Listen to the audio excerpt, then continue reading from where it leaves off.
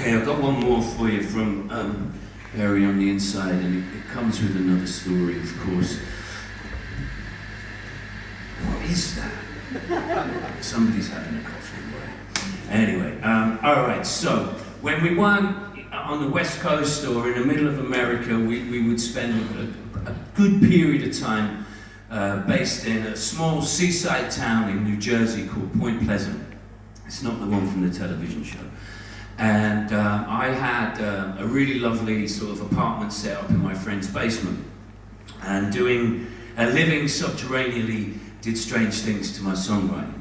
But on the days that I could get up to New York City, it was 2 hours on the train, I would take every opportunity to go and do that. Because in the glory days of the One Stuff, which by 1998 and 99 were well and truly over, I made a lot of good friends in the Manhattan and Brooklyn areas, and one of them was my lovely friend Bridget, tattooed Bridget, who became a tattooist, but she was just collecting a lot of tattoos over the time that I knew her. And my favourite was one that she had that went from here to here, of John Travolta in the white Saturday Night Fever suit on the coloured dance floor, and the coloured dance floor was done with the first time I'd seen the luminous ink, and it was extraordinary.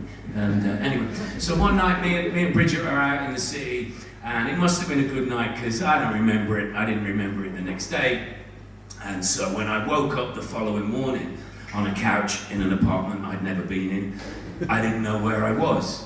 So I looked around the apartment. I figured out it was Bridget's apartment, but I didn't know where it was, and she certainly wasn't in it. And all I had to my name was my English debit card and a $10 bill.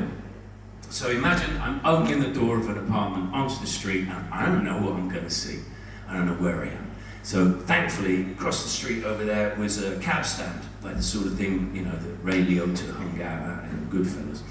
So I wander over there, I apologise for being English, I apologise for the state I'm in, and I sort of hold up this $10 and I go, look, I've got to get to Penn Station in Manhattan, can you tell me where I am? How far this will get me? And they're like, well, you're in Prospect Park, Brooklyn. And I'm like, oh, okay, yeah, I know. So he said he'd get me across the Brooklyn Bridge, and he dropped me down by City Hall in the banking district. So I thought, well, this at least is good, because the debit card occasionally works, so I can hit up cash machines and get some money. I hit one cash machine, nada. Same for the next one, and I thought, I ain't putting it in a third one, because they usually eat them around that time, and then I'm well and truly fucked. So I start walking up to Astor Place area, where there are a bunch of bars that I know, and my New York friends, they're day drinkers. So I'm thinking, I'll find the day drinking friends, I'll borrow some money, then I can head to the station and get back to Point Pleasant, New Jersey. And on the way, I'm walking up there, and I find myself coming across this busker, and he was extraordinary. Not so much his music, but just the way he looked. He got this big fedora hat on with a feather sticking out of it, and his eyes were bulging like Marty Feldman. And I'm like, oh, watch this guy. He was only young, and what I loved about what he did musically was he wasn't doing cover versions. They were all original songs, all of his own material, and no song was longer than a minute long. And I was in this process of writing my first solo album, as it became, and I thought, this guy's onto something. So I could like write loads of songs that are a minute long. I could have that done by the end of the week, and then record it as soon as I get home. Anyway, as you can tell, I can't condense anything to a minute. So I stood watching this guy, and eventually he's eyeing me up, and we start a conversation. I don't know if he spotted a fellow troubadour or whatever. And he introduces himself to me. His name was R.W. Kingbird. And he said I could call him Raphael or Ralph. Anyway, I explained my predicament to him. And he says, oh, I'll come day drinking with you. So we start walking up there to some marks together. And got into the day drinking, which turned into night drinking, and then through the night drinking, and then guess what? The next morning I wake up on another couch in another apartment that I had no idea where I was. But at least the Kingbird was here. And he was an entertaining soul, and it was an entertaining evening. And so then when I did eventually get back to Point Pleasant, I'm like, I'm gonna write a song about that. that guy and that experience. But here's the rub, right? So it's 25 years later that I'm telling you this. I've got the story. I know I've got the story. I've just told you. I've been telling this story for nearly 25 years. I've got the song. I'm going to play you the song. I recorded it 25 years ago. But I cannot honestly tell you, hand on heart, whether anything I just said to you is true. I don't know. Maybe it's the failing brain cells. I've looked up R.W. Kingbird, Raphael Kingbird, on the internet. He doesn't exist.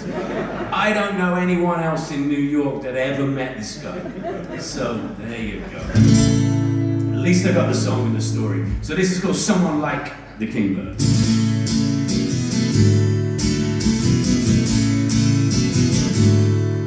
There was a pit wall next to a long brown wall where a man stood and he was giving it his all. He was sun-soaked, but the worst for luck, and the cash machine told me to get to the fuck. He had a broken cup and an upturned chair, but gave on the man and said it was hard to care. But how did he know? How did he know? He said his name was Raphael, but I could call him Raphael. With eyes like those, I could see why as a kid he was no one else. No one else.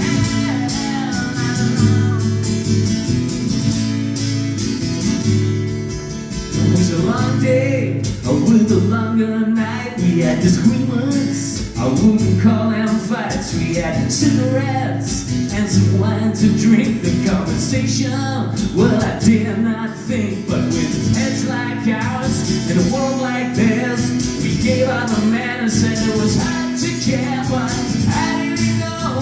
How did he know? He said his name was Raphael, but I could call him Ralph. And how did that? With eyes like those, I could see why he cheated. He was no one else. No one else.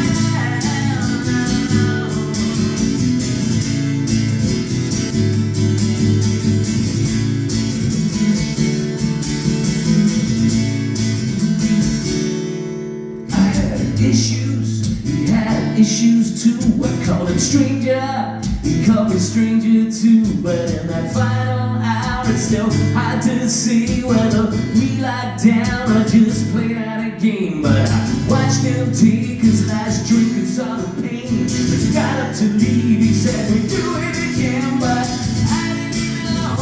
How did he know? He said his name was Raphael, but I could call him Ralph. And I like that, with eyes like those, I could see why he cheated. He was no one else. How did he know?